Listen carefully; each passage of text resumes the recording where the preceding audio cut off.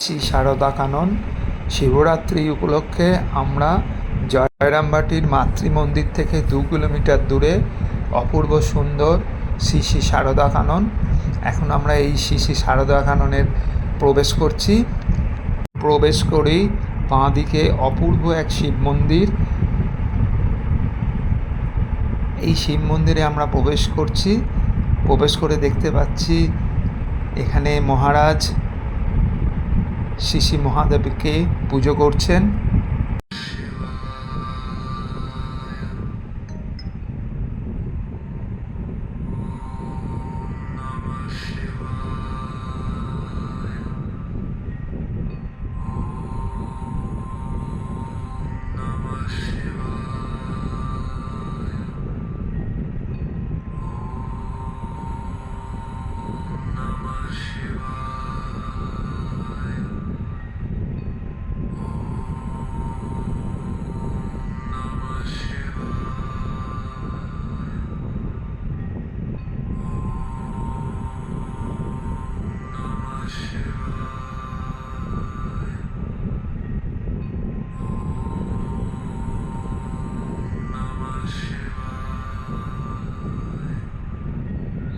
আমরা সবাই মহারাজের অপূর্ব শিব পূজা দর্শন করে আস্তে আস্তে এই পুষ্প উদ্যানে নেমে এলাম।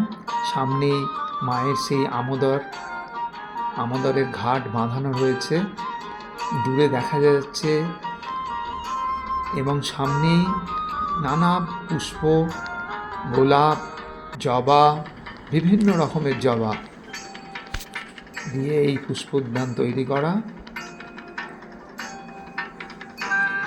এখানে দেখতে পাচ্ছি সব বিভিন্ন রঙের যেসব জবা রয়েছে, দেখলেই মন ভরে যায়। অপূর্ব সুন্দর সব জবার রং।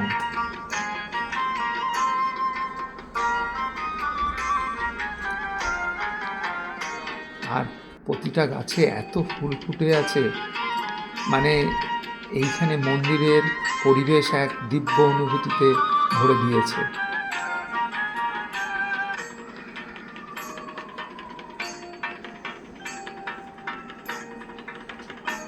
সামনেই শিব মন্দিরের সামনেই একটি সরোবর করা আছে, মানস সরোবরের আদলে এই সরোবর করা। দূরে দেখা যাচ্ছে এখানে একটি কৈলাস পর্বত কৃত্রিমভাবে তৈরি করা আছে, মহাদেবের ওপর বসে রয়েছেন, যাতে এখানে প্রবেশ করলেই মানুষের মন সেই হিমালয়ের দিকে চলে যায়। সেইভাবে এখানকার পরিবেশ তৈরি করেছে। এত সুন্দর দূর থেকে সেই শিব মন্দিরের অপূর্ব শোভা। চারদিকে নানা গাঁদা এবং মৌসুমি ফুল দিয়ে বাগানকে সাজানো রয়েছে। এই সামনে একটি সরোবরের মতন করা।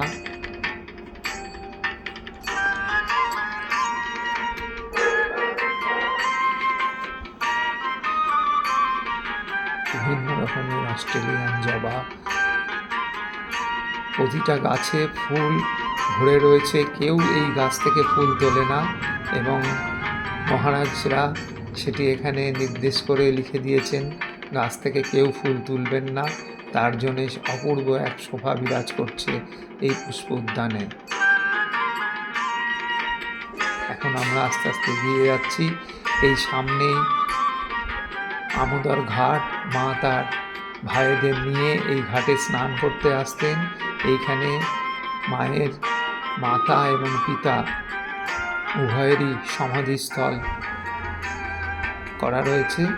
এইখানেই তাদের শেষকৃত্য সম্পন্ন হয়েছিল।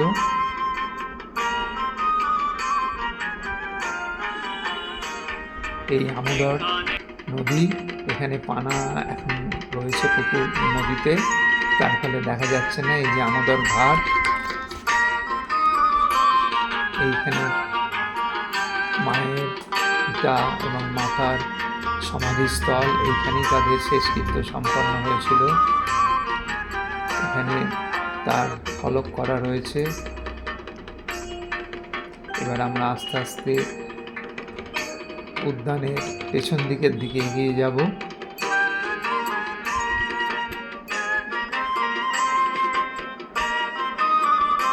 দূরে দেখা যাচ্ছে মায়ের ধানের ক্ষেত, মায়ের সেই 100 বিঘা জমি, তার পাশেই রয়েছে সেই মায়ের ক্ষেত, এখান থেকেই সব ধান তৈরি হয়। এইবার আমরা দেখতে পাচ্ছি গোলাপের ক্ষেত, আলাদা করে সম্পূর্ণ গোলাপ, বিভিন্ন রকমের গোলাপ এখানে রয়েছে।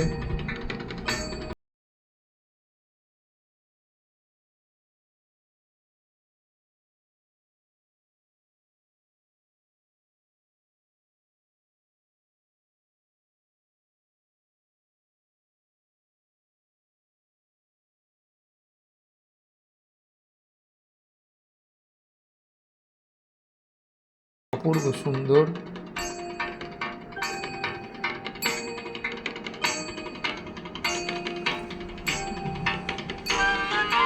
সুবিশাল এই কানন।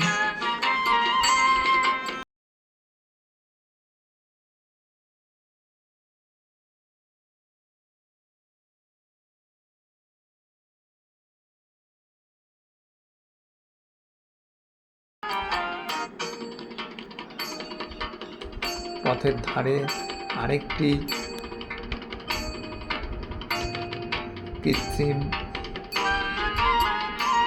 পর্বত করা আছে, এটি গঙ্গোত্রী গোমুখ, সেই গোমুখকে এখানে তুলে ধরা হয়েছে। অপূর্ব সুন্দর এই গোমুখের মুখ থেকে মা গঙ্গা নির্গত হয়েছেন, সেটি দেখা যাচ্ছে এখানে।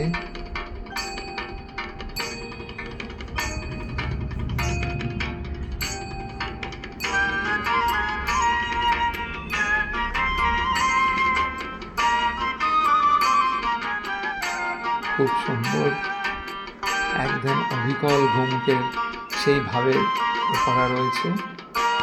এটি মায়ের জমি, এখানে মায়ের ধান ক্ষেত। এবার আমরা আস্তে আস্তে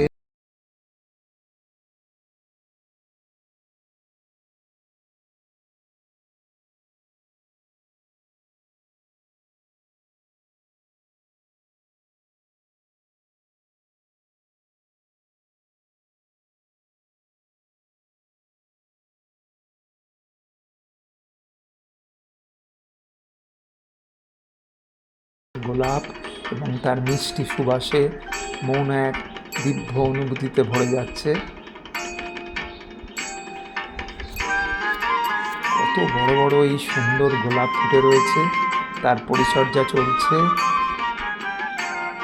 আমরা এই কাননের শেষ প্রান্তে এসে পৌঁছেছি। সামনে যে এটি দেখতে পাচ্ছি, এটি মায়ের জীবনীর উপর চিত্র অঙ্কন করে তারই এক প্রদর্শনী এই গ্যালারিতে রাখা আছে। ভক্তরা এখানে এসে সেগুলো দর্শন করেন।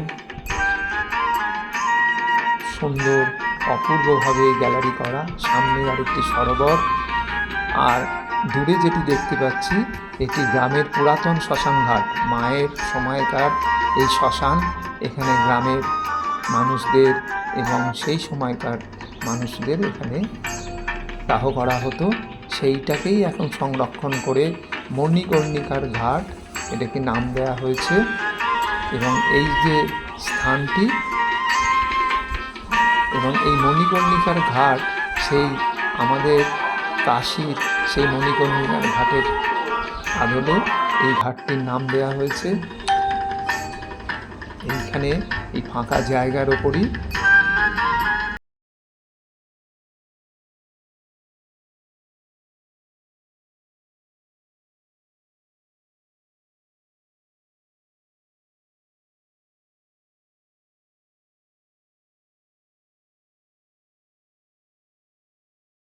মন ভরে গেল আজকে এই শ্রী শ্রী মায়ের শারদা কানন দেখে।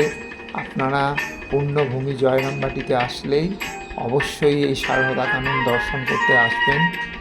এক শান্ত নিরিবিলি পরিবেশে মন এক অন্য জগতে চলে যায়।